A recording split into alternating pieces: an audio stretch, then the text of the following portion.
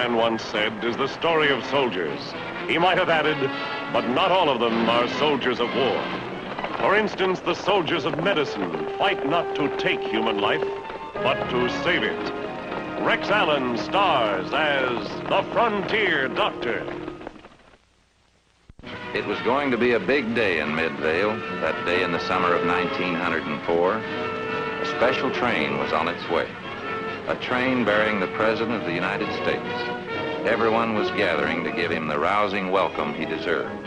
I happened to be in the neighborhood that morning. I'd driven down to the Mexican border to treat a patient. And I sure didn't want to drive home again without a chance to see the President and hear him speak. Hello, Sheriff. Doc Baxter. Does it take a president to bring you to Midvale? The President and a man named Hank Gillis who come down with a bad case of the mumps over here. That's special? Yeah, that's her. Ought to be here in a couple of minutes now. Pardon me. Sheriff, I'm looking for my dad. Have you seen him? No, I haven't, Tommy. But he shouldn't be hard to find. Your dad's not in jail for a change. Try one of the saloons. Any saloon. Yes, sir. Thank you.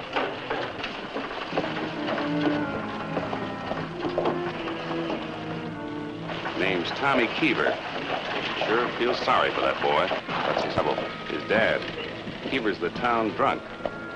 Not just a plain ordinary drunk. Keever's a mean drunk. Hates everybody. Keever hates the whole world. Come on, Doc. Sure don't want to miss this.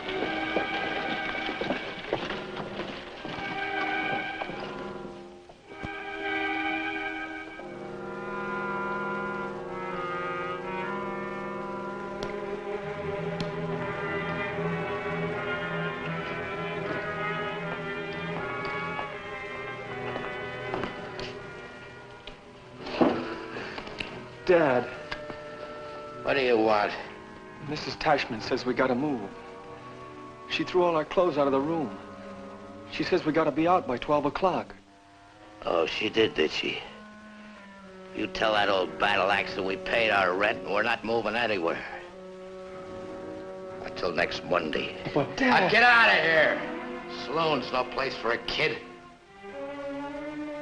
There's no place for you either, Dad. Let's move our stuff. Not today. I got other business. Please, Dad. I'll ask you just once more. Stay away from that hotel. Get out of here! Cut that out. We'll have none of that rough stuff in here. You kid, get out of here. You don't belong.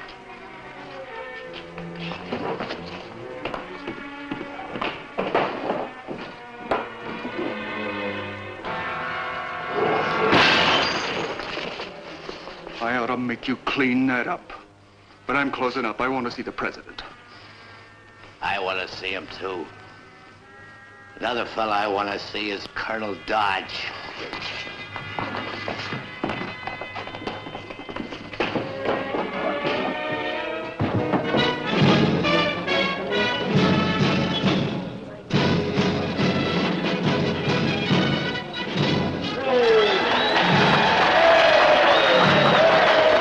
Colonel Dodge used to be with Teddy's Rough Riders. He'll introduce the President if this crowd will give him a chance. Citizens of Midvale, Mayor Smith, fellow Americans, the man I am about to introduce, the man who will step through that door, is a man who has fulfilled every promise he ever made. Fellow Americans, with a feeling of high honor and humble respect, I present to you President Theodore Roosevelt.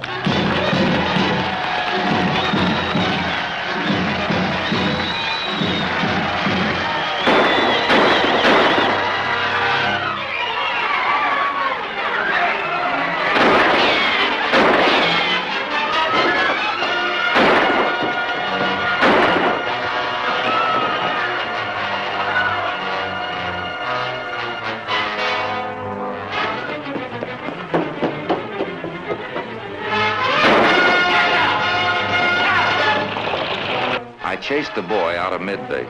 If Tommy had left the road, he would have gotten away. I had a fine team, but no man in a buggy cross-country can catch a man on a saddle horse. Tommy was wounded, hanging from the saddle. He was hurt. The horse he stole from the hitch rail kept running instinctively down the middle of the road.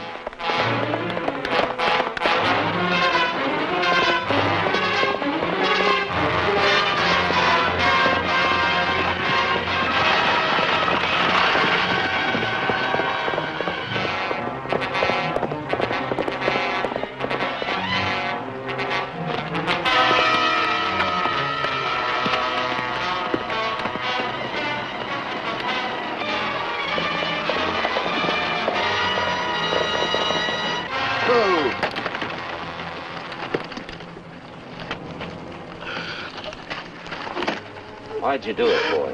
Why in the world would you want to shoot Colonel Dodge? I didn't try to shoot Colonel Dodge. You mean you tried to shoot the president? No, I didn't try to shoot him either. I shot clear over the roof of the hotel. Where'd you get this gun, you little rat? That's my business. No, it's my business. Where'd you get this gun? I don't think it's any of our business. The boy tried to shoot the president. It's a matter for the Secret Service. I didn't try to shoot him. Then who did you try to shoot? Nobody. Well, I better patch him up here. He's bleeding pretty bad.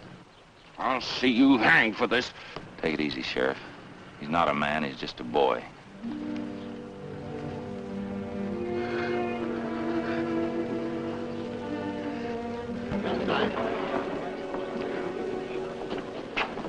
Ladies and gentlemen, may I have your attention, please? The president is all right. The boy's shots hit no one, and I understand he is in the sheriff's custody. The president will speak to you just as soon as we feel sure that this trouble is over. And the president wishes to thank you all very, very much for your patience.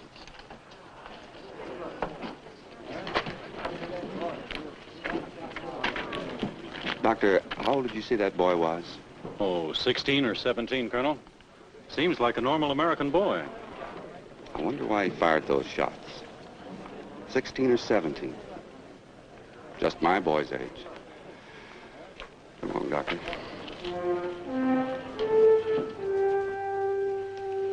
Tommy, the colonel just asked you a question. Why don't you answer it man to man? We're your friends, Tommy. We're just trying to find out why you shot at that balcony. I didn't. Honest, I didn't. Just answer the question, Tommy. Colonel, this boy is obviously a case of adolescent schizophrenia, sometimes referred to in Latin as dementia precox. Now, translated into plain English, the terms of the layman. Thank you, Major. Would you gentlemen mind leaving us alone for a moment, please? Oh, yes, sir. Not you, Dr. Baxter.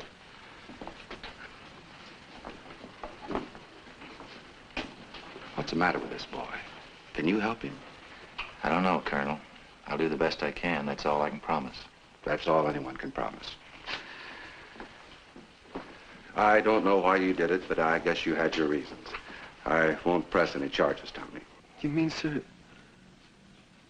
You mean you're gonna let me go? No one was hurt but you yourself, and I hope you get well again soon. Real soon.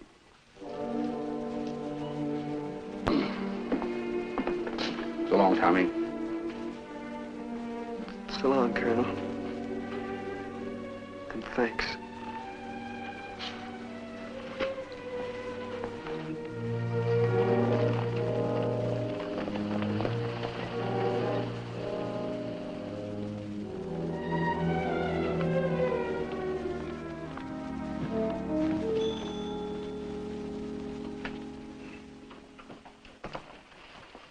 Now? Hello, Sheriff. Good evening, Doctor. I heard the bell, but I just couldn't get here any faster. Now, we want to ask you a few questions about that Keever boy. Oh. Well, personally, I think he's a good boy, even with that drunken father of his. I don't know. It's hard to believe that Tommy Keever would try to shoot the president or Colonel Dodge. It's hard for us to believe, too, Miss Tashman. That's why we're here. Well, I spent all afternoon and part of tonight trying to find out where Tommy Keever got the gun he fired at the hotel. A hardware store at Elkton. They say they sold that to your husband about 10 years ago. Yes, it looks like the same one. But I have always kept it, even after he died. But then again, you know, guns and me don't go too good together.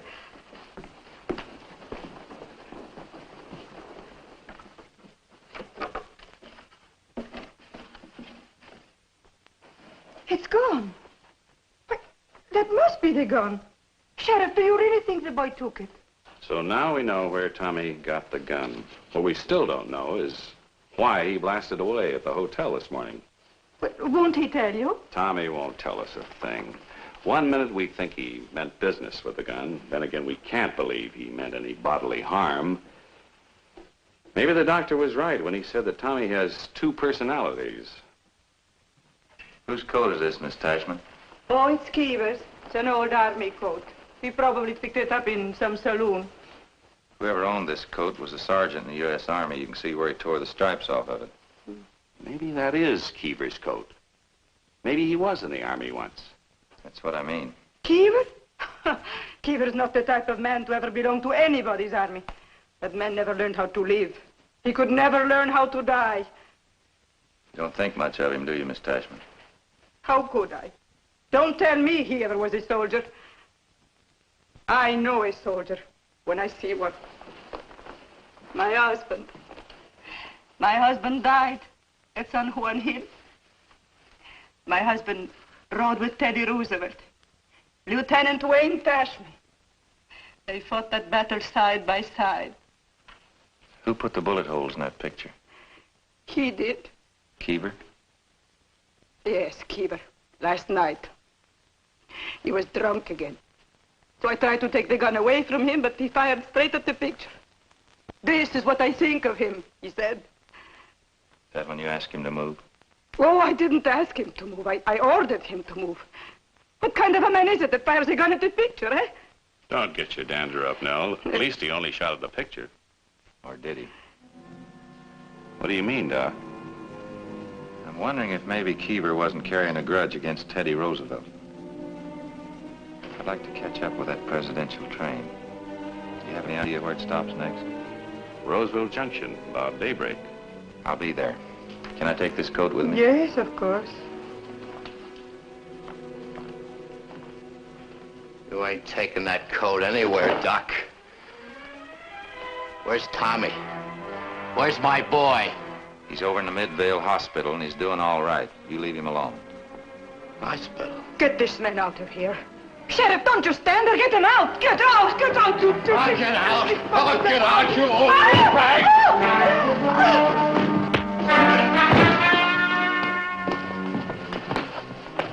All right, Keeper. I haven't got anything I can hold you on, but out of this house you go and stay out. Take it easy, Sheriff. He's a sick man. Come on. And a man like that, you call sick? He's an alcoholic. Then he should be in prison for the rest of his life. Prison's no place for a man like that. It's a disease. Disease? Well, then why don't you doctors find a cure for it? Someday I hope we will. But it's a mental thing. Mental? Somewhere, somehow, we'll find a cure for it. Thanks for your help, Miss Tashman. Oh. The road over the hills to Rosedale Junction is a little shorter than the route the railroad took. By early morning, I was there. The presidential train coming into Roseville Junction was right on time. So was I. Outside the depot, I recognized one of the government men that had been guarding the president in Midvale. I told him I'd like to see the president's aide, Colonel Dodge. He said he'd board the train and relay my message for me to wait inside the depot.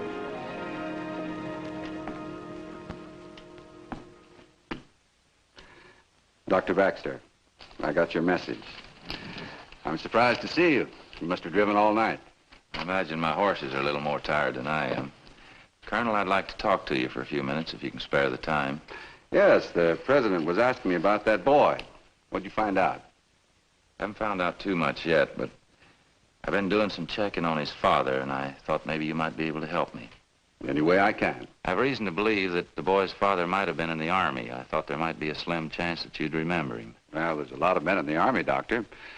What outfit was he in? I don't really know. What was the man's name? Name was Keever, a three-striper, I believe. Sergeant Keever. How could I ever forget him? Yes, he served with the Rough Riders. The word served is incorrect when applied to Keever. Jack Keever? Sergeant Jack Keever. He was the only coward we ever had in the Rough Riders.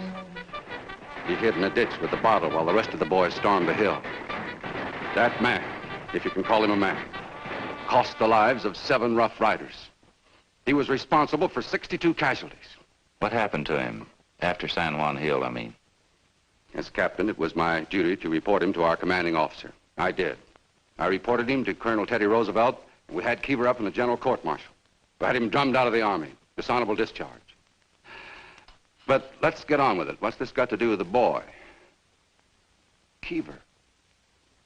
That was the boy's name. His father. But I don't believe the boy tried to shoot the president. In fact, I think he tried to save his life. Save his life? Yours, too. And what you just told me about the boy's father convinces me. Colonel, I won't take up any more of your time. You've been a great help. What do you think really happened back there at Midvale? I'd rather not say until I have a little more proof, but I'm going to ride back to Midvale now and have a talk with the boy. Well, I'll look forward to hearing from you. Think you'll be hearing from me real soon. Bye, Colonel. Good luck, Doctor. Thank you.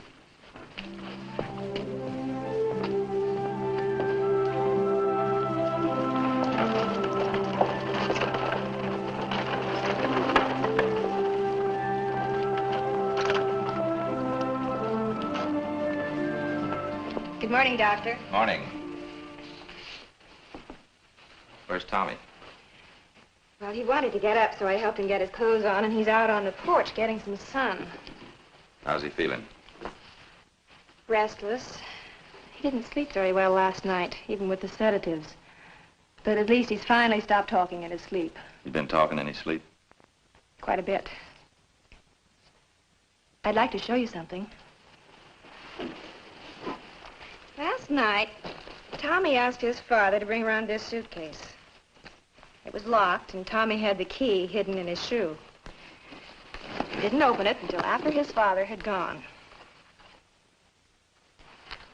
That's a picture of West Point, graduating class. Apparently, Tommy wants to be a soldier. And look here, these are the textbooks they use at West Point. And he has lots of pictures like that. Pictures of Colonel Roosevelt and the Rough Riders. Apparently, Tommy's a great admirer of the president. That's what I don't understand. If Tommy so admired Teddy Roosevelt, then why did he try to shoot him? He didn't. But I was down at the hotel. I saw it with my own eyes. You didn't see him try to shoot the president. You want to know what I think's really wrong with Tommy? He has a case of torn loyalties. On one part is a deep, natural love for his country. The other part is a natural love for his father. Tommy's all mixed up. You had no right to open that. It's none of your business. Oh, Tommy, I was just trying to help you. We're on your side, Tommy. And when you're old enough, we'd like to see you go to West Point. You do want to go, don't you? Sure. But how can I? My own dad was a coward at San Juan Hill. What use would they have for me? It's the wrong attitude, Tommy.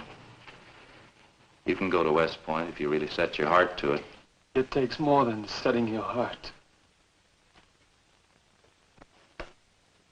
Tommy? Why don't you and I have a little talk, man to man? If you'll tell me the truth, maybe we can make a deal. You keep on going to school and try as hard as you can and make good marks, and I'll do everything I can to get you into West Point. But who'll get me the appointment? President Theodore Roosevelt and Colonel Dodge. But first you have to tell me the truth about what happened down at the hotel. You took that gun from Mrs. Cashman's rooming house, didn't you? Yes, sir. You didn't intend to shoot anybody. You figured that when you fired that shot into the air, it would attract everyone's attention and stop your dad from shooting, didn't you? Well, sir, I... Tommy, you're not protecting him by lying. Your father, in a drunken stupor, was out to get revenge against the president and Colonel Dodge. He's a sick man, and he blames them instead of himself for the mess he's got his life into. Tommy, you can't go on forever living in the shadow of another man's mistake. You won't have to, Tommy. You and me, we're getting out of here. We got things to do. We'll start a new life. Keever, put that gun down. You keep out of this, Doc. Come on, Tommy. I got the wagon right outside. Nobody's gonna take you away from me, son. I'll kill anybody who tries. Keever, you've lived half of your life hiding behind a bottle. I don't blame you for that. But there's one thing I do blame you for. And that's trying to hide behind your own son. Why don't you do something right for once? Why don't you go away and let that boy alone? Mighty pretty nurse you got here, Doc. Sure hate to mess her up with a Colt 44. But tell her to mind her own business! No, Doc. No. Come on, Tommy! You better go with him, Doc, before he hurts somebody. He don't know what he's doing. I don't know what I'm doing! Son, come on!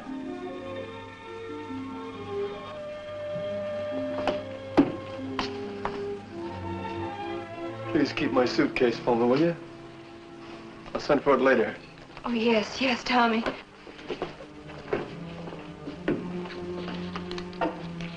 Yes, they're West Point pictures. All your son's dreams are wrapped up in that suitcase.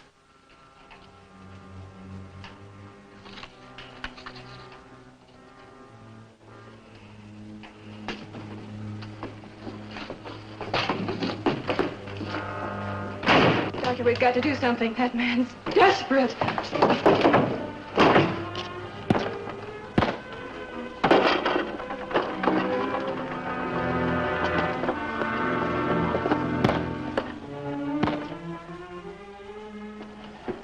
Son, I didn't know about this. I'm sorry. I'll bet you are. Get up it!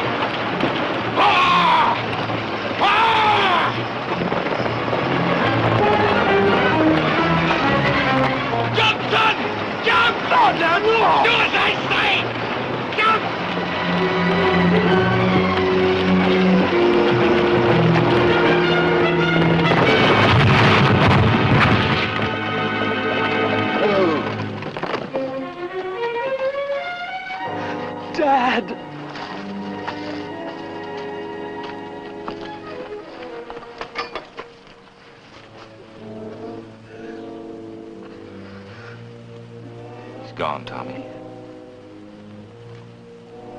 You saved my life. The team ran away, Doc. He made me jump. He wanted to prove something. Prove what? All of your dad's life since San Juan Hill, he's been afraid. He wanted to prove to himself that he wasn't scared anymore. You can always remember one thing, Tommy. He died like a man.